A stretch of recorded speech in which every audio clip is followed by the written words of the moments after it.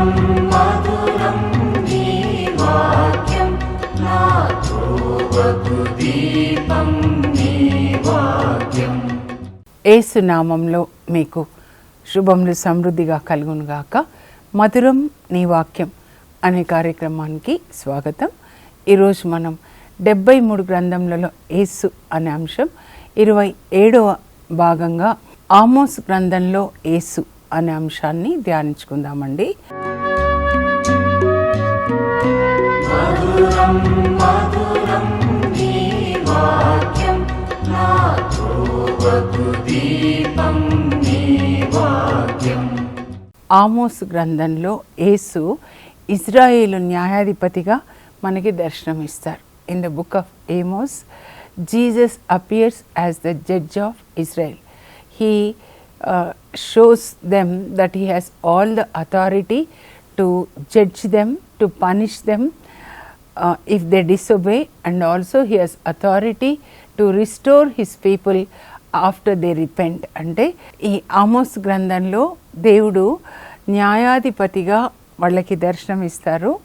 తర్వాత శిక్షని ప్రకటిస్తారు. మీరు సాంఘిక న్యాయంను పాటించని ఎడల దేవుని యొక్క శిక్షను తప్పించుకోలేరు అని ఆమోసు దేవుని వాక్యాన్ని ఇజ్రాయెల్ ప్రజలకి అందిస్తాడండి. క్రీస్తు పూర్వము 775లో ఒక ప్రవక్త ప్రవచించాడంటే అప్పుడు ఆ సమయానికి రాజకీయ పరిస్థితులు ఎలా ఉన్నాయి, రాజు ఎలా ఉన్నాడు, ప్రజలు ఎలా ఉన్నారు, ఈ బ్యాక్గ్రౌండ్ చాలా ఇంపార్టెంట్ అండి. ఆమోస్ గ్రంథంలో ముఖ్యాంశం ఏంటి అంటే ప్రజలు సాంఘిక న్యాయాన్ని పాటించాలి, లేనిచో దేవుని యొక్క తీర్పునకు గురి అవుతారు. People have to follow social justice. అంటే సంఘంలో అందరూ కూడా మరి సమానంగా చూడబడాలి, ధనికులు పేదవాళ్ళని పీడించకూడదు అని దేవుడు వాళ్ళకి ఆమోస్ ప్రవక్త ద్వారా ప్రవచనాన్ని ఇస్తారండి. ఆమోస్ ప్రవక్త దేవుని యొక్క సందేశాన్ని విని అదే ప్రజలకు అందిస్తాడు. ఆ ప్రవచనము 9 అధ్యాయాల్లో ఉంటుందండి. అయితే మొదటి 2 అధ్యాయాల్లో 8 దేశములకు విరుద్ధంగా ప్రభు ప్రవచనాన్ని ఇస్తారన్నమాట. సిరియా ప్రజలు తేపకు పాపం చేశారు కనుక నేను పైనుంచి అగ్నిని పంపించి వారి కోటలను కాల్చివేయుదును అనే మాట 7 సార్లు వస్తుందండి. పైనుంచి అగ్నిని పంపించి మీ కోటల్ని నేను కాల్చేస్తాను, మీరు తేపకి మాటికి పాపం చేస్తున్నారు, రిపీటెడ్గా అదే పాపం చేస్తున్నారు అని మరి 8 దేశాలకి విరుద్ధంగా ఆయన ప్రవచిస్తారండి. అందులో ఇప్పుడు సిరియాని గురించి చెప్పాను కదా, సిరియా క్యాపిటల్ దమస్కు కాబట్టి దమస్కు ప్రజలను, దమస్కు కోటల్ని నేను కాల్ చేస్తానంటుందండి. ఆ తర్వాత ఏదో ఇంకా ఫిలిస్టియా దేశం గురించి కూడా ఉంటుంది. ఫిలిస్టియా ప్రజలు కూడా మాటికి పాపం చేశారు కనుక మరి గాజాలోని కోటలను నేను కాల్చివేస్తాను, అగ్నిని పంపించి కాల్చివేస్తాను. ఇప్పుడు గాజా మనం ఇప్పుడు కూడా అది చూస్తున్నాం కదండి. బైబిల్ గ్రంథాన్ని మనం ఏదో నిర్లక్ష్యం చేయకూడదండి. నేను కూడా మొదట్లో చదివేటప్పుడు ఇవేంటిలే, ఈ సిరియా ఏంటి, ఈ ఫిలిస్టియా ఏంటి, ఈ మొవాబ్ ఏంటి, అమోన్ ఏంటి అని అట్లా స్కిప్ చేసేదాన్ని అనమాట. కానీ ఒక్కొక్కటి ఇక్కడ గాజా క్లియర్గా చెప్తున్నారు, గాజా కోటల్ని నేను కూల్చివేస్తాను. ఎందుకు అని ఇక్కడ రాస్తారండి, ఒక్కొక్కరి పాపాన్ని అక్కడ రాస్తారనమాట. అయితే ఏదోము గురించి, ఎందుకంటే మనం రేపు ఏదోము మీద తీర్పు ఓబద్యా ప్రవక్త ద్వారా దేవుడు ఆ ఏదోము దేశం మీదకి తీర్పు పంపిస్తారనమాట. ఏదోము గురించి ఏముంటుందంటే ఆమోస్ 1:11-12 వచనాలండి. ఏంటి అంటే మీరు మీ సొంత సోదరులైనటువంటి యాకోబు ప్రజలను మీరు కత్తితో నిర్దయగా చంపారు కనుక నేను మీ మీదికి అగ్నిని పంపించి మీ పట్టణాన్ని నాశనం చేస్తాను. ఏదోము అంటే ఏసావు సంతతండి. మరి యాకోబు అంటే ఇజ్రాయెల్ ప్రజలంటే యాకోబు సంతతి. అయితే ఈ ఏసావు యాకోబు ఇద్దరు కవల పిల్లలు. ఇస్సాకు పుత్రులు అన్నమాట, అబ్రాహం యొక్క మనవాళ్ళు. మీరు సొంత వాళ్ళని నిర్దయగా చంపారు. ఏసావు మరి ప్రజలు ఈ ఇజ్రాయిల్ ప్రజల్ని నిర్దయగా చంపారు, యూదా వాళ్ళని అన్నమాట. కనుక నేను మీ కోటల్ని కాల్చేస్తాను. రేపటి దినాన ఈ ఏదోమీయులు ఏం చేశారు, ఇజ్రాయిల్ ప్రజల్ని అంటే దక్షిణ యూదా యాకోబు సంతతి వాళ్ళని రేపు ధ్యానించుకుందామండి. ఉపద్యా గ్రంథం అంతా కూడా అదే అన్నమాట. దేవుడు ఏదోమీయులను శిక్షిస్తాడు. ఎందుకనంటే రేపు చూద్దాం. ఆ తర్వాత ఇంకా వేరే దేశాలు, అమ్మోన్ గురించి ఉంటుందండి. అమ్మోన్ అంటే ఇప్పుడు జోర్డన్ కంట్రీ అన్నమాట. ఆ తర్వాత మోవాబు గురించి ఉంటుంది. అమ్మోన్, మోవాబు ఈ రెండు కూడా లోతు సంతతి వాళ్ళు అన్నమాట. వాళ్ళ మీదకి కూడా అగ్నిని పంపిస్తాను. మొదటి 2 అధ్యాయాల్లో 7 మార్లు నేను పైనుంచి అగ్నిని పంపించి మీ కోటల్ని కూల్చేస్తానని ఉంటుందన్నమాట. అయితే ఇప్పుడు మనం మనకి ముఖ్యమైన ఇజ్రాయెల్ దేశంలో ఉత్తర భాగాన్ని ఉత్తర ఇజ్రాయిల్ అంటారండి, దక్షిణ భాగాన్ని దక్షిణ యూదా అంటారు. సొలొమోన్ తర్వాత ఇవి 2గా విభజించబడతాయి క్రీస్తు పూర్వం 931లో. సో ఇప్పుడు యూదా దేశం కింద ఉన్న యూదా, దావీదు సంతతి వాళ్ళు, దావీదు తర్వాత అతని పిల్లలు పరిపాలిస్తారు. వాళ్ళకి ఏం చెప్తున్నాడంటే, నేను యెరూషలేం నగరాన్ని కాల్చేస్తాను, ఎందుకంటే మీరు దేవుని ఆజ్ఞలు పాటించలేదు కనుక నేను మిమ్మల్ని కాల్చేస్తాను. ఈ ప్రవచనం ఇవ్వబడింది క్రీస్తుపూర్వం 755లో. తరువాత మరి నెబుకద్నెజర్ రాజు 587లో యెరూషలేంని దేవాలయాన్ని కాల్చేస్తాడనమాట. నిజంగా అది జరగడానికి ముందు దేవుడు ప్రవచించిన తర్వాత ఎంత సమయం ఉందో చూడండి, దాదాపు 200 సంవత్సరాలు అన్నమాట. అంటే ఆ లోపల ప్రజలు పశ్చాత్తాపడాలని, కానీ మారరండి. తర్వాత ఇప్పుడు యెరూషలేం అన్నమాట. 2వ అధ్యాయంలో 6వ వచనం నుంచి మనం చూద్దామండి. ఇక్కడ ఇజ్రాయెల్ ప్రజలు అన్నమాట, ఉత్తరాన్ని నుండి ఇజ్రాయెల్ ప్రజలు ఎలా ఉన్నారు.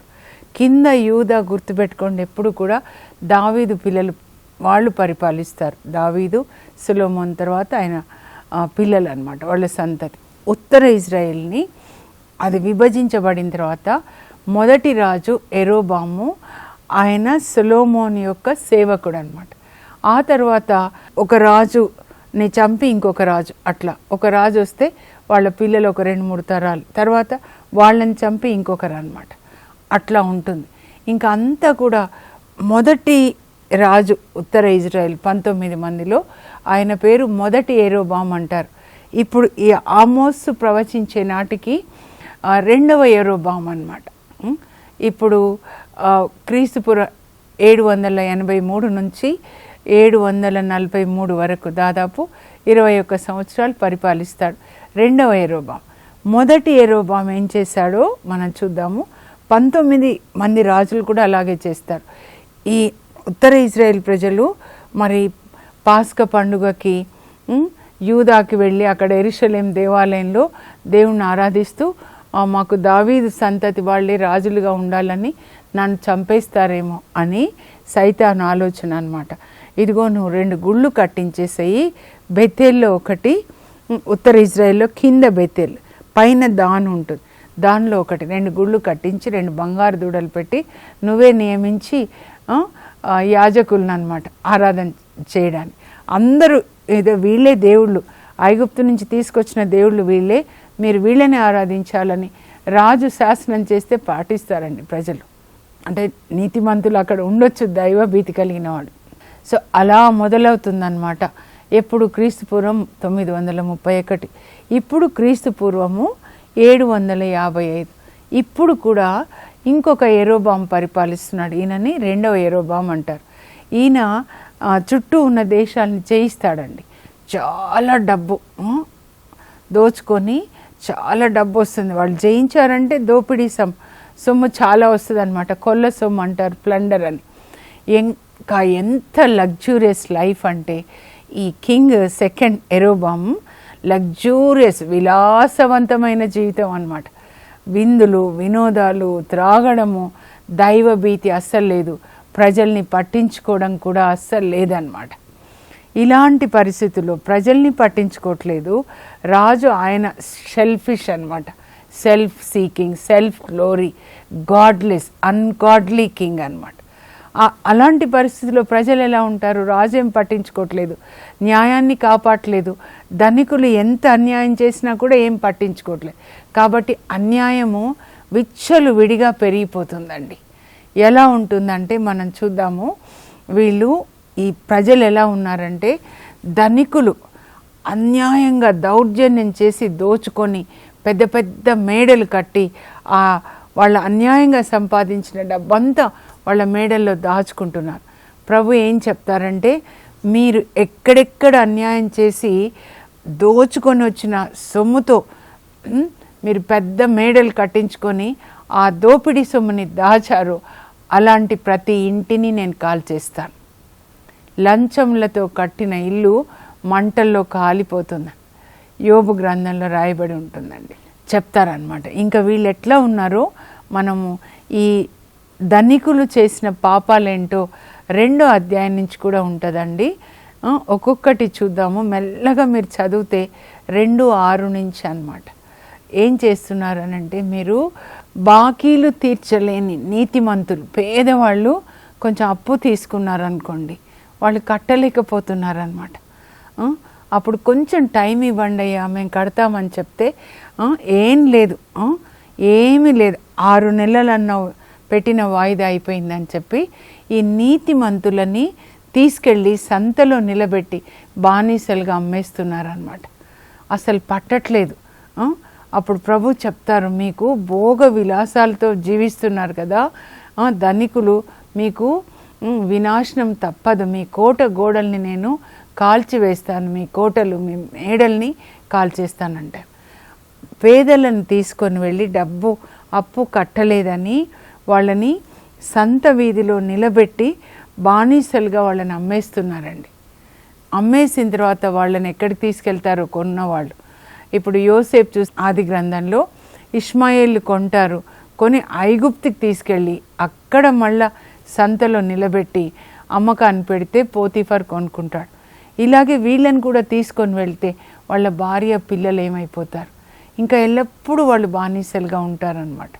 సొంత ఒక్క అబ్రహాము పిల్లలు ఒకరిని ఇంకొకరు అనమాట ఇలా బానిసలుగా అమ్మేస్తున్నారు ధనికులు. ఇంకా ఎవరైనా డబ్బు తీసుకొని డబ్బు కట్టలేదనుకోండి, అప్పుడు మీరు వాళ్ళ తలల మీద కాలు మోపి వాళ్ళని పీడిస్తున్నారంట. ఎప్పుడు కడతావో చెప్పు అంటే చెప్పులున్న కాళ్ళతోనే ఆ తల మీద పెట్టి నువ్వు ఎప్పుడు కడతావు అని దీనులను పీడిస్తున్నారు, పేదల్ని మీరు పీడిస్తున్నారు. కొన్నిసార్లు కుదువ సొమ్ముగా ఏదైనా పెట్టు, కొంచెం అప్పియండి అయ్యా, ఒక 200 500 అంటే నీ ఇంట్లో ఏముందో ఏం తాకట్టు పెడతావు పెట్టు, ఏం లేవయ్యా కప్పుకునే దుప్పట్లు ఉన్నాయి అని అంటే అవి పెట్టు అని అవి తీసుకొని వాళ్ళు కప్పుకునే దుప్పట్లు తీసుకొని మరి అప్పిస్తున్నారనమాట. తర్వాత ఏం చేశారంటే చూడండి, ఇంకా కొంతమంది నువ్వు ఈ నెల వడ్డీ కట్టలేదు కదా, ఏమిస్తావు, మీ తోటలో కొంచెం ద్రాక్ష రసం పండింది కదా, ద్రాక్ష రసం ఇంట్లో నిలువ పెట్టుకుంటారు, అది తీసుకొనిరా. అలా తీసుకొని వీళ్ళు ఏం చేస్తున్నారంటే చూడండి, అక్కడ ఏం వ్యాపారాలు అంటే ఇలా వడ్డీ వ్యాపారాలు ఉంటాయండి. ఇంకా వాళ్ళు చుట్టూ దేశాల్లో ఉన్న అరబ్బీలతో ఫిలిస్తీన్లతో బిజినెస్లు చేస్తూ అవినీతి మార్గంలో డబ్బు బాగా కూడబెట్టుకొని పేదవాళ్ళని ఇట్లా వడ్డీ వ్యాపారాలు. ఇంకా వాళ్ళకి కొన్ని గుడులు ఉంటాయండి అక్కడ ఇజ్రాయెల్ దేశంలో. మరి రాజులు అన్ని దైవాలని వాళ్ళు అన్యులు చుట్టూ ఉన్న దేశాల్లో ఆరాధించేవంతా ఇక్కడ కూడా తీసుకొని వచ్చి ఆరాధిస్తుంటారనమాట. ఈ దేవాలయంలో ఏం చేస్తున్నారంటే దేవదాసీల వ్యాపారం జరుగుతుందండి.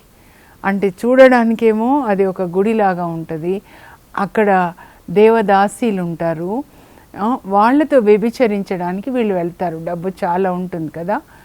ఇక్కడ ఏమని రాయబడిందంటే, తండ్రి కొడుకులు ఒకే యువతిని కూడి నా నామాన్ని మీరు అపవిత్రపరుస్తున్నారు, నీ నామం పరిశుద్ధపరచబడును గాక, పరలోకపు తండ్రి నోటితో చెప్తాం కదా, ఇలా అపవిత్రపరుస్తున్నారు. ఇంకా ఏం చేస్తున్నారు?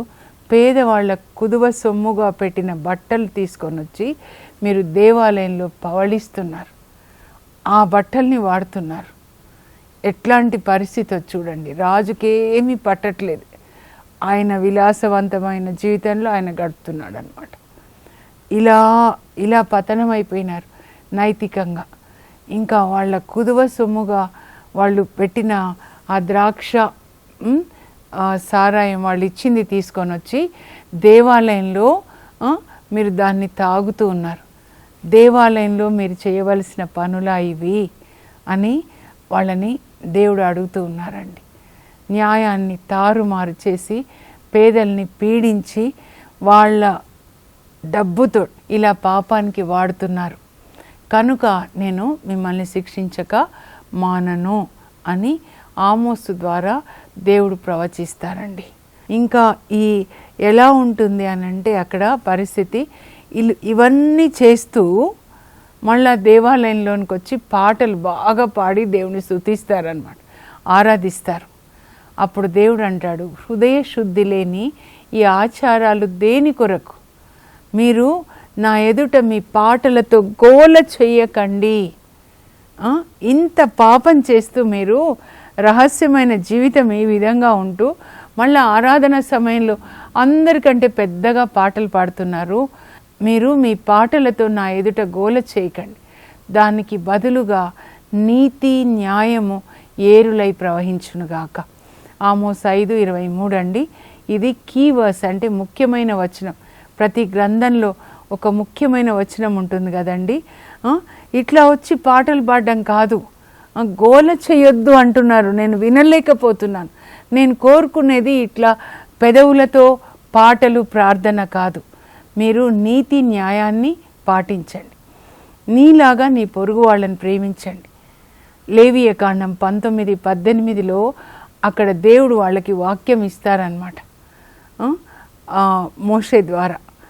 నీలాగా నీ పొరుగు వాళ్ళని ప్రేమించండి. యేసు ప్రభు చెప్పడమే కాదండి, బైబిల్లో 14 మార్లు దేవుడు చెప్తారు, నీలాగా నీ పొరుగు వాళ్ళని ప్రేమించండి. మీరు ఐగుప్తులో అక్కడ బానిసలుగా ఉన్నారు. ఇక్కడ మీరు మీ సొంత సోదరులు, అబ్రాహాం పిల్లలు, యాకోబు పిల్లలు, ఒకే రక్తం, మీ సొంత వాళ్ళు, పేదవాళ్ళు, కాస్త డబ్బు కట్టలేదని వాళ్ళని బానిసలుగా అమ్మేస్తున్నారు. వాళ్ళ తలల మీద కాళ్ళు పెట్టి తొక్కేస్తూ ఉన్నారు. వాళ్ళ దగ్గర నుంచి కుదువ సొమ్ముగా పెట్టుకున్న ఆ బట్టలు తీసుకెళ్ళి దేవాలయంలో దేవదాసీలతో మీరు అక్కడ ఏం చేస్తున్నారు? ప్రభు చెప్తున్నారు అన్నమాట. ఇవన్నీ నేను చూడట్లేదు అనుకుంటున్నారా? మీకు తీర్పు తీర్చడానికి, మిమ్మల్ని శిక్షించడానికి నేను సిద్ధమవుతున్నాను అని చెప్తున్నారు అన్నమాట. ఇంకా ఏం చెప్తారంటే, మీరు మంచిని చేయండి, చెడ్డను చేయుట కాదు, మంచిని చేయుటయే మీ పనిగా పెట్టుకోనండి. దేవుడు మంచివాడు, అందరికీ మంచి చేస్తాడు. యేసుప్రభు అంతటా తిరుగుచు అందరికీ మేలు చేశారు. ఆయన పిల్లలు, ఆ దేవుని బిడ్డలు, మంచివాడు, అందరికీ మంచి చేసే ఆ మంచి దేవుని బిడ్డలైన మనం కూడా మంచి చేయాలి, చెడ్డను చేయుట కాదు. అప్పుడు నేను మీకు సర్వశక్తిమంతుడనైన నేను మీకు తోడుగా ఉంటాను.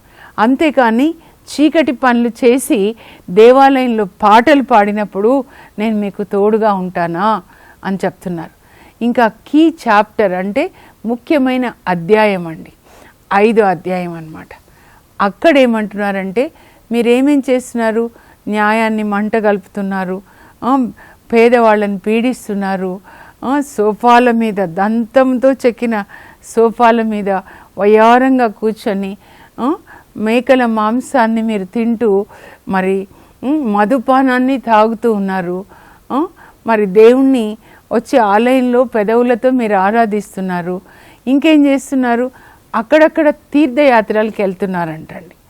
ఎక్కడెక్కడ వెళ్తున్నారంటే బేతేలునకు వెళ్తున్నారు. అక్కడ వెళ్ళి పాపం చేయడానిక? లేకపోతే గిల్గాల్కి వెళ్తున్నారు, బేర్షబాకు వెళ్తున్నారు.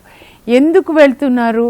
అవి ముఖ్యమైన, ఆ టైంలో ముఖ్యమైన పుణ్యక్షేత్రాలు అన్నమాట. ఎందుకు? అక్కడ ఏముంది?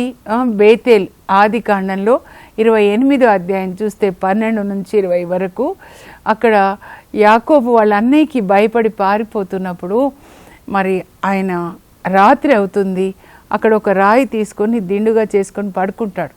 అప్పుడు దేవుడు కలలో ఆయనతో మాట్లాడతారు.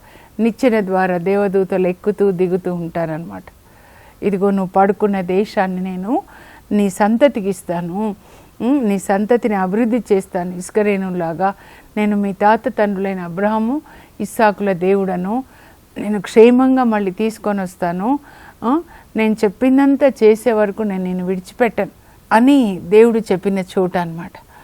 అప్పుడు యాకోబు నిద్ర మేల్కొని ఇక్కడ దేవుడు ఉండుట నిజం కదా అని, ఇది ఈ స్థలం పరిశుద్ధమైనది అని చెప్పి ఆ రాయి, ఏ రాయిని దిండుగా తీసుకున్నారో ఆ రాతిని నేలలో పాతి దాని మీద తైలం పోసి ఆ చోటుకి బెతేల్ అని పేరు పెడతాడనమాట. ఎప్పుడో 2000 సంవత్సరాల నాడు. ఇప్పుడు అది పెద్ద పుణ్యక్షేత్రం అయింది. అక్కడ రాయిని చూడడానికి వెళ్దాము, తీర్థయాత్రలు అనమాట. అక్కడికి వెళ్దాము, అది చూద్దాము. తర్వాత ఇక్కడ వెళ్దాము, గిల్గాల్ ఏంటి? జాషువా 4వ అధ్యాయం 20లో వాళ్ళు యోర్దాను నది దాటిన తర్వాత అన్నమాట. అక్కడ యాజకులు మందసాన్ని పట్టుకొని యోర్దాను నదిలో నిలబడగానే పైనుంచి వచ్చే నీళ్ళు ఆగిపోతాయి అన్నమాట, దారి వస్తుంది. వాళ్ళు అందరూ దాటిన తర్వాత దేవుడు చెప్తారు, వాళ్ళు నిలబడిన చోట నుండి యాజకులు మందసాన్ని మోస్తూ నిలబడిన చోటు ముందు నుంచి యోర్దాను నది నుంచి 12 రాళ్ళు తీసుకొని వచ్చి అక్కడ గిల్గాల్లో 12 రాళ్ళు అనమాట అక్కడ పాతమని చెప్తే అక్కడ పాతారనమాట. అయితే ఎందుకు అని మీ పిల్లలు అడిగినప్పుడు దేవుడు అద్భుతం చేశారు మాకు అని మీ పిల్లలకి చెప్పాలి అని చెప్తారనమాట. ఇప్పుడు అది ఇంకొక తీర్థయాత్ర స్థలం అవుతుందన్నమాట. సో వీళ్ళందరూ ధనికులు, చాలా డబ్బు ఉంటుంది కదా, సో ఇక్కడికి వెళ్దాము, అది చూసొద్దాము, ఇక్కడికి వెళ్దాము, అది చూసొద్దాము, బేర్షెబాకి వెళ్దాము, అక్కడ చూసొద్దాం. ఇక్కడ చూస్తే అక్కడ వెళ్తే మీ లోపల పాపం పోతుందా? ప్రభు దగ్గరికి రండి. ప్రభు అంటే ఆజ్ఞలు, నేను ఇచ్చిన ఆజ్ఞలు పాటించండి. నీలాగా నీ సోదరిని ప్రేమించండి, నీ పొరుగు వాళ్ళని ప్రేమించండి అని ఇక్కడ సందేశాన్ని ఇస్తారండి. ఇందులో యాక్చువల్గా 4 భాగాలు ఉంటాయి 9 అధ్యాయాల్లో అన్నమాట. సో మొదటి 2 అధ్యాయాల్లో నేను చదువుతాను, మీరు స్క్రీన్ మీద చూడండి.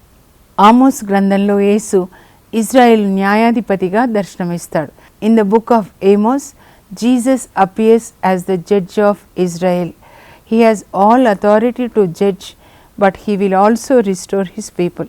ప్రజలు సాంఘిక న్యాయంను పాటింపవలేను, లేదేని ప్రభు శిక్ష తప్పదు అనున్నది ఈ గ్రంథ సారాంశం.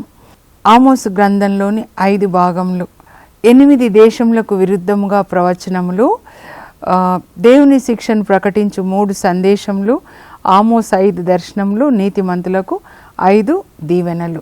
ఇజ్రాయేలు ప్రజల పాపములు, ధనికులు పేదలను పీడించుట, హృదయ శుద్ధి లేని బాహ్యాచారములతో నిండిన ఆరాధన, వడ్డీ వ్యాపారములు, దేవదాసుల వ్యాపారము, దైవభీతి లేని రాజు, 2వ యెరోబాము, దైవభీతి లేని ప్రజలు.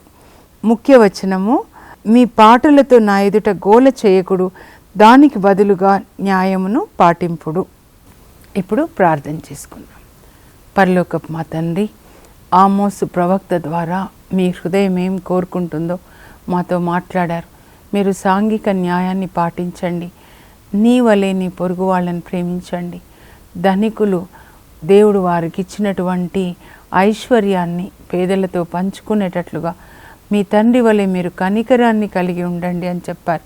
యేసయ్య ప్రభువా, మాకు మీరు ఏదైతే ఇచ్చారో దాన్ని పేదలతో పంచుకునేటట్లుగా మమ్మల్ని మేము ఎలా ప్రేమించుకుంటామో అలాగే పేదవాళ్ళని కూడా ప్రేమించేటట్లు, వడ్డీ వ్యాపారములు ఇంకా ఏ విధంగా కూడా పేదలను పీడించకుండా వాళ్ళని నైనా ప్రేమతో ఆదరించడానికి మాకు కృప దయచేయండి. యేసు నామంలో అడుగుచున్నాం తండ్రి, ఆమేన్. ఈ గ్రంథం ద్వారా దేవుడు మనతో ఏం చెప్తున్నారంటే, సాంఘిక న్యాయాన్ని పాటించండి, అంటే నీలాగా నీ పొరుగు వాళ్ళని ప్రేమించండి, పేదలను పీడించకండి వాళ్ళ పట్ల కనికరాన్ని కలిగి ఉండండి అని. God bless you. Have a blessed day.